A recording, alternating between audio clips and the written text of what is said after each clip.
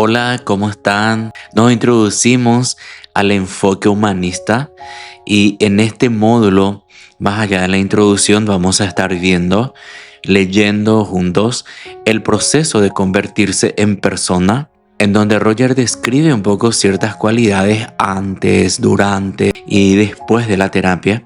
Luego vamos a estar viendo la psicoterapia como proceso donde él explica las 7 etapas del proceso psicoterapéutico. Posteriormente, el ser humano integral, cómo es la persona que funciona integralmente, describe al ser humano. Y por último, el funcionamiento.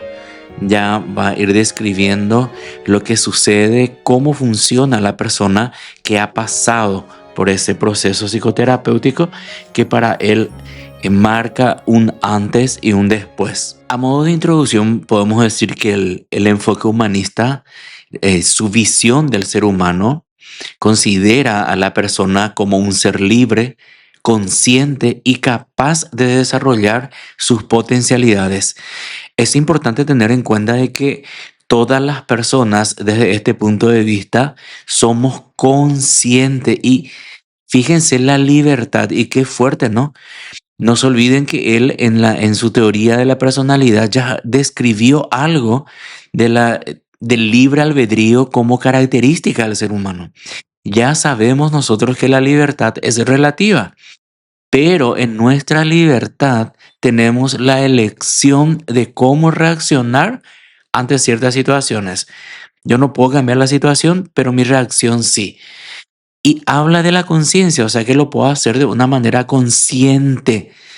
Y por sobre todas las cosas, y lo más importante para él y para esta teoría es de que tenemos esa capacidad de desarrollar nuestras potencialidades.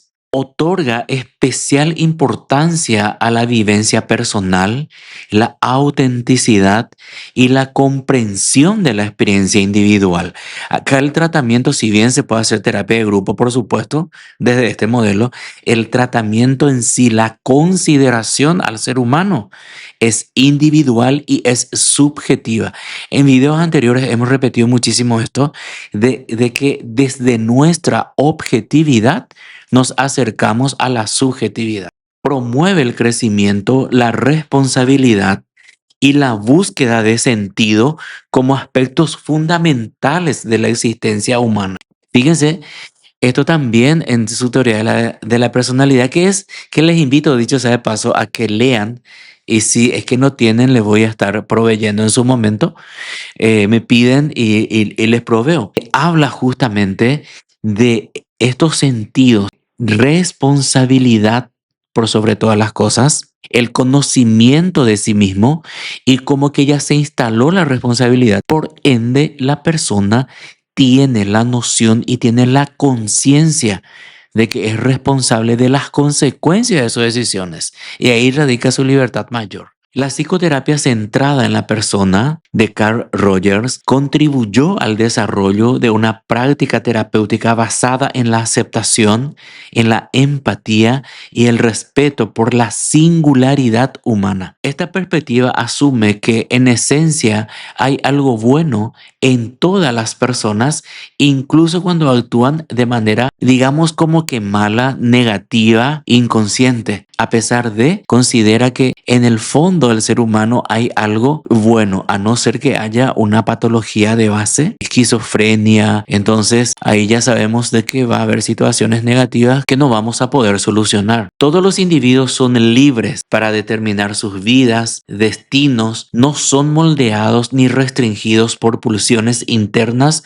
o por fuerzas en el ambiente externo, dando un poco una contraparte al psicoanálisis en el sentido de que nosotros nos desarrollamos en el presente, sí importa el pasado y se va a trabajar siempre y cuando el paciente lo traiga. Pasado, fundamentalmente estamos hablando de la infancia, la crianza. También habla del ambiente de que los estímulos que nosotros estamos recibiendo para dar una respuesta, pensamos, sentimos, analizamos y luego damos la respuesta. Y esto lo vimos también en el existencialismo. No existe una verdad externa válida para el mundo. Cada persona posee su propio punto de vista, el cual es único y válido por derecho propio. Vuelvo a repetir, nos vamos a acercar objetivamente a la subjetividad del ser humano. ¿Qué hay en la subjetividad del ser humano? Esto que acabamos de leer, su punto de vista, lo que significa para esa persona lo que está aconteciendo, su vida,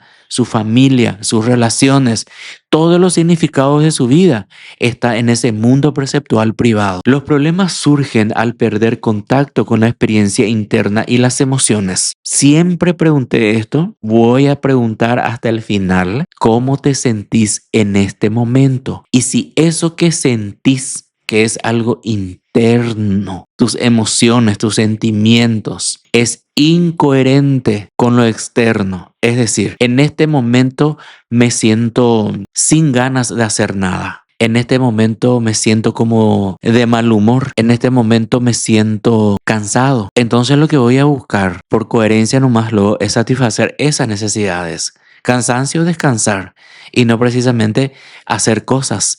Entonces, cuando estoy cansado y tengo que hacer cosas, ahí se contradice. Pero sabemos que muchas veces nos contradecimos, ya sea por la necesidad, ya sea que porque postergamos muchas de nuestras actividades o ya sea por lo laboral, como siempre estamos diciendo, eso no se puede discutir, prácticamente es la excepción a la regla. El crecimiento positivo ocurrirá en la medida en que los individuos se concentren y tomen mayor conciencia de sus emociones y experiencias. O sea que date cuenta cómo te sentís en este momento, date cuenta de tus emociones, date cuenta de lo que estás experimentando en este momento. En cuanto a antecedentes históricos, Carl Rogers fue una de las figuras más influyentes en el desarrollo de los modelos humanista, existencial y experiencial de psicoterapia. Desde la década de 1940 desarrolló la teoría de la personalidad y un enfoque terapéutico centrado en la persona. También realizó investigaciones para comprender mejor el proceso terapéutico y evaluar su eficacia. Fue el primer investigador del proceso psicoterapéutico. La psicoterapia humanista, originalmente denominada psicoterapia no directiva, más tarde psicoterapia centrada en el cliente y por último psicoterapia centrada en la persona, el método psicoterapéutico de Rogers fue una de las primeras opciones distintas al psicoanálisis freudiano. La diferencia más profunda entre los enfoques de Freud y Rogers consistía en sus visiones sobre la naturaleza básica humana. A ver si alguien se recuerda cuál era la visión o la concepción del ser humano de Freud, desde el punto de vista de Freud. Piensen un ratito, a ver si se acuerdan. Si no se acuerdan, tarea para investigar. Es muy fácil. La psicoterapia existencial deriva de los escritos de los filósofos europeos como Sartre, Soren Kierkegaard, Martin Heidegger y de psiquiatras como Viktor Frankl de Austria. La tradición existencial resalta el potencial humano para el libre albedrío. Fíjense que nosotros por naturaleza somos libres, por eso habla de potencial, solo que el ambiente hace que no seamos completamente libres. Por eso hablamos de la libertad relativa, así como las limitaciones humanas y las dimensiones problemáticas y trágicas de la existencia. Es decir, la creencia de que todas las personas están finalmente solas en sus experiencias y se enfrentan a la inevitable ansiedad e incertidumbre provenientes del reconocimiento de la inevitabilidad de la muerte. Lo único absoluto que tenemos en nuestra vida es la muerte. Pero como ya lo leímos también en el existencialismo, cuando considero a la muerte, da calidad a mi vida. Las teorías existenciales destacan dos lados contrastantes característicos del libre albedrío. El sentido positivo de la autodeterminación que se acompaña de la ansiedad existencial, la cual es inevitable al efectuar elecciones importantes, en especial de las que dependen nuestra existencia, como elegir una pareja, una carrera e incluso decidir entre vivir o morir. Fíjense que la ansiedad, como lo habíamos leído en el existencialismo, es ontológico, es del ser no se puede desprender. Y estas decisiones que está mencionando Roger generan muchísima ansiedad. Elegir una pareja, elegir casarse, elegir divorciarse, elegir una carrera universitaria, todo esto produce mucha ansiedad. Fuentes de ansiedad existencial, repasando un poco el enfoque existencial que por supuesto la psicoterapia humanista tiene como base. La conciencia del individuo de que un día morirá. Su indefensión contra las circunstancias del azar que pueden cambiar su vida de manera permanente. Nosotros no tenemos control sobre las circunstancias y eso puede cambiar nuestra vida de manera permanente. En el lado negativo, un accidente. En el lado positivo, sacar la lotería, por ejemplo, o recibir una herencia. La necesidad de tomar decisiones, actuar y vivir con las consecuencias de esas decisiones y acciones, como ya dijimos anteriormente, tiene que ver con la responsabilidad y la personalidad adulta madura. Debe darse significado y propósito a su vida. Esto también, cada uno de nosotros le damos significado y propósito a nuestra vida.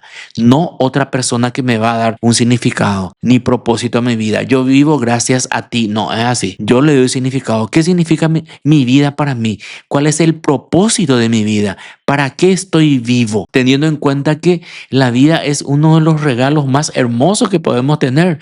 Ya sé que a veces pasamos mal y a veces estamos inclusive en el borde del precipicio, pero eso no significa el final. Eso no significa que no tengamos la capacidad de reaccionar, de reflexionar, de reconsiderar y elegir vivir y desarrollarnos como persona, como profesionales, buenos profesionales. Las personas son capaces de obtener control sobre sus vidas y destino. Las personas saludables son capaces de aceptar y hacer cumplir la capacidad de control personal. Las personas psicológicamente sanas son positivas y dirigidas a metas. No responden de manera pasiva a su ambiente o a sus pulsiones internas. Más bien son autodirigidas. Es decir, si alguien me dice algo, me pide algo, tengo la capacidad de analizar y tengo la capacidad de decir sí o no de manera consciente. Los terapeutas no deberían intentar manipular los acontecimientos por el individuo. Esto en otras teorías, en la Gestalt, por ejemplo, va a ser un poco más específico en el sentido de número uno, no involucrarnos emocionalmente y mucho menos sexualmente con el paciente. Y número dos, no manipular, porque lo que nosotros buscamos justamente es la independencia del paciente del terapeuta. Ya sabemos que al comienzo hay como una dependencia, es como un yo auxiliar, pero el objetivo terapéutico es independencia. Cuando a las personas ya no les interesan las evaluaciones, demandas y referencias de los demás, sus vidas se guían por una tendencia innata hacia el crecimiento positivo.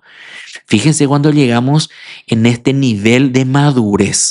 No es que no me importe, digamos, la evaluación. No me voy a guiar de las evaluaciones. Yo no puedo atajar a las personas. Las personas van a hablar siempre y lo más probable es que hablen de nosotros de una manera negativa. Eso no vamos a poder atajar ninguno, pero lo que sí tengo control y yo puedo manejar es que esas evaluaciones no me afecten y que yo no tome ninguna decisión en base a las evaluaciones ajenas. La teoría del yo de Carl Rogers. El autoconcepto y la autoestima son nociones centrales en la mayoría de los modelos humanistas existenciales. De acuerdo con Rogers, los individuos desarrollan un sentido real y uno idealizado de sí mismo. El yo real o verdadero se refiere a las percepciones del yo tal como el individuo funciona en el momento, aspectos del yo que en ese momento están incluidos en la conciencia. Es de lo que yo me doy cuenta. Ahora estoy leyendo esta diapositiva, este es mi yo real, mi tiempo aquí ahora. El yo ideal, en contraste, se relaciona con las percepciones del yo al cual aspira el individuo. A menudo se basa en los valores y metas interiorizados de otros, esto es, los que otros esperan y desean de la persona en lugar de lo que la persona quiere para sí misma. Ese sería el yo ideal. Vos tenés que ser, vos cuando sea, espero que seas así. ¿Cuántas veces ustedes habrán escuchado y vos que sos psicóloga y vos que sos estudiando psicología? Esas expectativas que tienen las personas son de las personas. Hay que ubicar también eso. No son mías. Roger suponía que la mayor parte de los individuos experimenta cierto grado de discrepancia entre el yo real y el yo ideal, y un grado óptimo de discrepancia servirá como fuente de motivación para el crecimiento y el cambio. Por ejemplo, el yo real de ustedes son estudiantes de psicología. El yo ideal, ¿cuál sería? Licenciadas, licenciados en psicología. ¿Hay mucha distancia entre el yo real y el yo ideal? En cuanto a tiempo, hay poquísimo, pero a veces el ambiente o uno mismo entra en esa situación, digamos, de postergación y no realiza el trabajo final de grado. Cuando la discrepancia es demasiado grande entre el yo real y el yo ideal, el resultado es una insatisfacción general de sí mismo y el surgimiento de sufrimiento emocional, infelicidad y aflicción. Cuando yo deseo algo que prácticamente es imposible de obtener, entonces ahí sí se puede instalar todos estos aspectos negativos. La psicopatología se considera como la consecuencia de bloqueos al crecimiento positivo provocado por el entorno y la experiencia del individuo. Es decir, los bloqueos son resultados de las interacciones con otras personas que alejan a los individuos de su propia experiencia. Estos bloqueos nosotros lo vamos a estudiar uno por uno con la terapia gestáltica. Hay 8 bloqueos.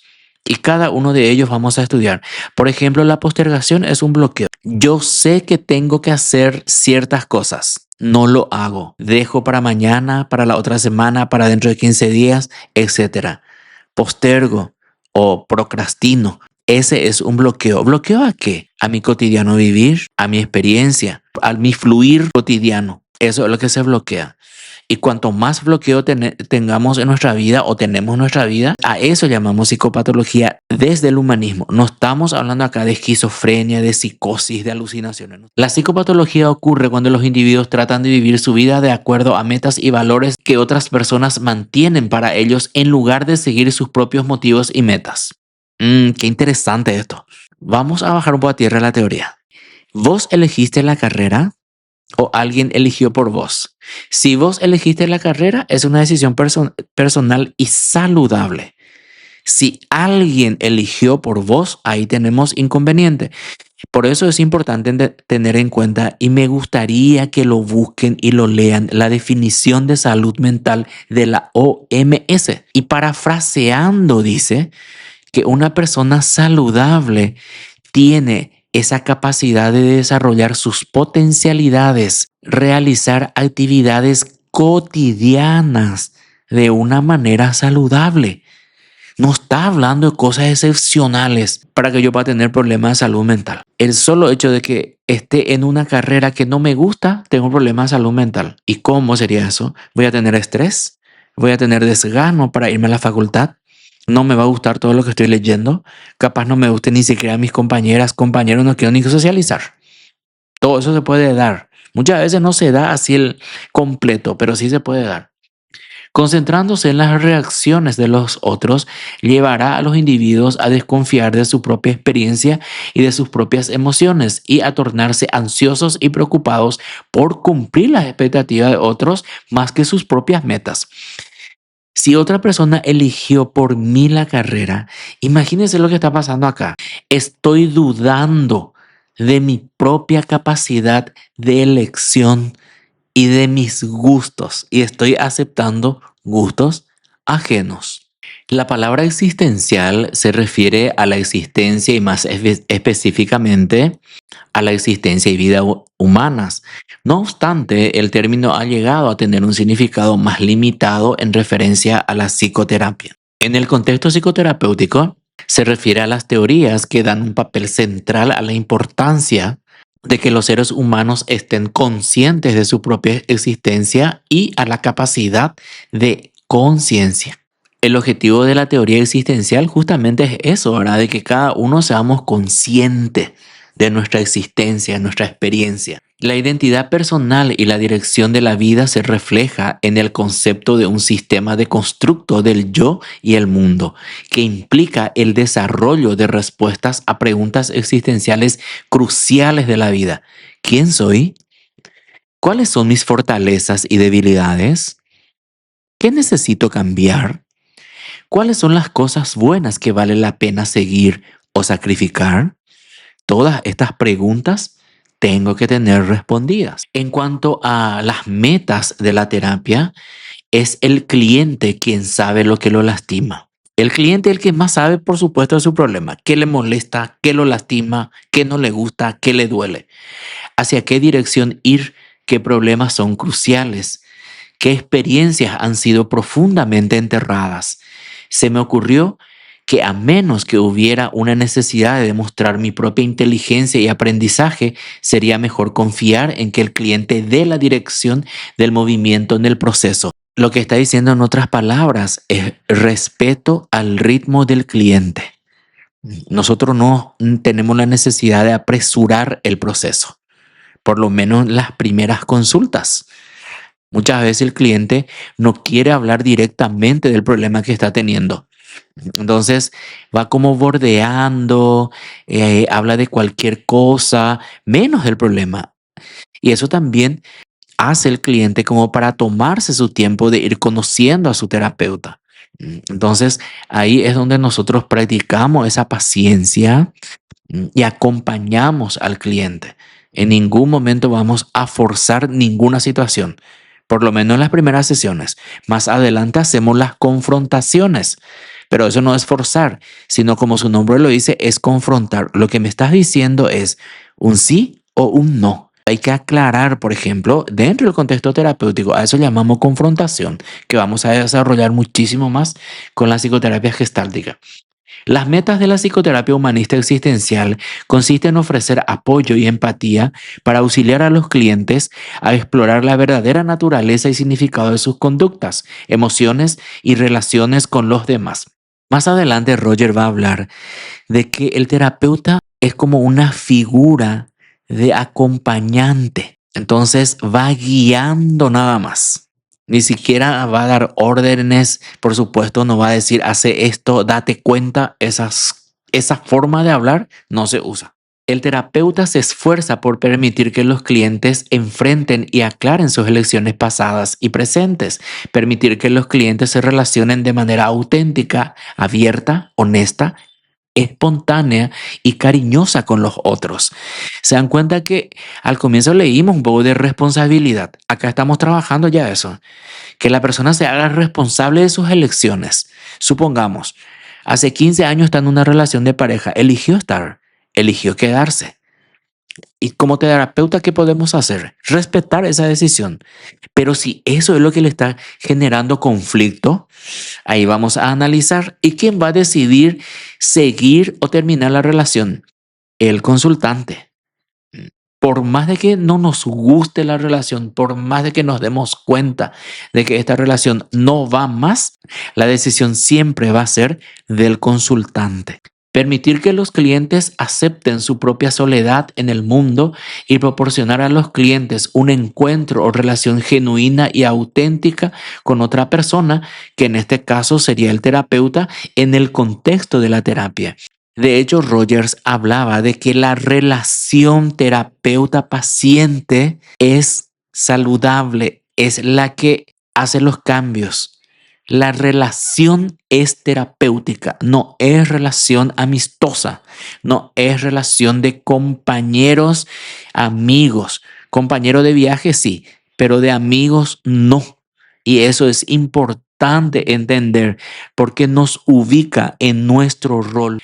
Aunque el cliente establece las metas específicas de la terapia humanista existencial, estas incluyen los propósitos generales del desarrollo de la autenticidad y la realidad del yo. Independientemente a que diga, por ejemplo, el cliente, yo quiero esto y esto, más allá de todo eso, para llegar a esas metas que tiene, sí o sí vamos a trabajar la autenticidad y la realización de su yo. La terapia pretende ayudar a los clientes a aprender a vivir sus vidas de manera más plena y genuina y a encontrar un sentido de significado y propósito para su existencia. Así, una de las principales metas de la terapia es facilitar el movimiento del cliente hacia una realidad del yo cada vez mayor. Hacia ahí se tiene que mover, a que realice su yo real, no el ideal. El proceso de la realización del yo es convertirse en todo lo que se es capaz y de ser y vivir así una vida que esté llena de significado y de logro. ¿Significado para quién? Para el cliente, que vamos a ver en otro punto, el proceso de convertirse en persona, por ejemplo. A eso se refiere justamente. No es que no somos personas y vamos a hacerlo. En cuanto a la capacitación, estas son capacidades que necesitamos obtener, tener y practicar. La empatía hace referencia a una característica especial que, cuando se da, capacita a una persona para entender a otra profundamente. Fíjense, entender, acá de ninguna manera se está contemplando una identificación, una proyección del terapeuta hacia el cliente, llorar juntos. No, yo comprendo lo que me está diciendo, entiendo, y gracias a esa comprensión y entendimiento que tengo de lo que me está relatando, entonces puedo ser un facilitador. La aceptación positiva incondicional. Respetar y valorar a los clientes significa aceptarlos sin juzgarlo en absoluto. A veces, aunque ustedes no lo crean, cuando uno está empezando a ejercer la profesión, esta segunda cualidad pareciera ser que es la más difícil. Porque el cliente me puede venir en bermuda, venir desaliñado, y yo, o como terapeuta, estamos ahí finamente vestidos, perfumados, sentados, preparamos todo el ambiente. Hay ambientador, agua, café, pañuelo, caramelo, todo preparamos. Y el paciente viene llegando de una manera desaliñada. Entonces, esa es la fenomenología que trae. ¿Cómo es que está así? ¿Cómo es que no se cuida? ¿Cómo es que no se peinó? Por ejemplo, estoy dando ejemplos nomás, obviamente. Entonces voy a trabajar eso. Ya me pasó en la experiencia si se están preguntando. Entonces empezamos a trabajar. Más allá de lo que trae, que es lo más importante para él, trabajamos su imagen también. Porque acuérdense que para llegar a la meta que tiene el cliente, vamos a trabajar su yo real, su responsabilidad, su existencia y su realización personal. La autenticidad hace referencia a la habilidad del terapeuta para ser una persona verdadera y abierta en su trato con el cliente. Hay situaciones que se dan acá que es importante considerar. Por ejemplo, el cliente no paga, no hace una cita, paga una consulta para venir a mentir. Va a mentir, lo va a hacer, lo hacen, lo siguen haciendo. Creo que de una manera inconsciente, pero yo como terapeuta, nosotros como terapeuta, no estamos ahí para mentir o para engañar. Entonces ahí la autenticidad es sumamente importante y son cualidades para el terapeuta porque tiene que ver con el tema de la capacitación. O sea que tengo que estar capacitado en estas tres cualidades que dice Roger. Vamos cerrando este punto, que una introducción que hicimos a la corriente humanista, esto lo vamos a ir desarrollando en los puntos que cité al comienzo. Y a modo de conclusión, ya sabemos en este punto que la visión integral de la persona que tiene el enfoque humanista al reconocer al ser humano como un individuo libre, consciente y capaz de desarrollar sus potencialidades, la importancia de la experiencia subjetiva, el desarrollo y autorrealización, por supuesto, y los aportes de Carl Rogers. Por último, la psicoterapia humanista contribuyó a una comprensión más humana e integral de la persona, consolidándose como uno de los enfoques más influyentes en la psicoterapia o en la psicología contemporánea. Roger tiene varias frases que cada uno para mí es como hacer terapia. Y dos frases quiero leerles para ir cerrando. Me doy cuenta de que si fuera estable, prudente y estático, viviría en la muerte.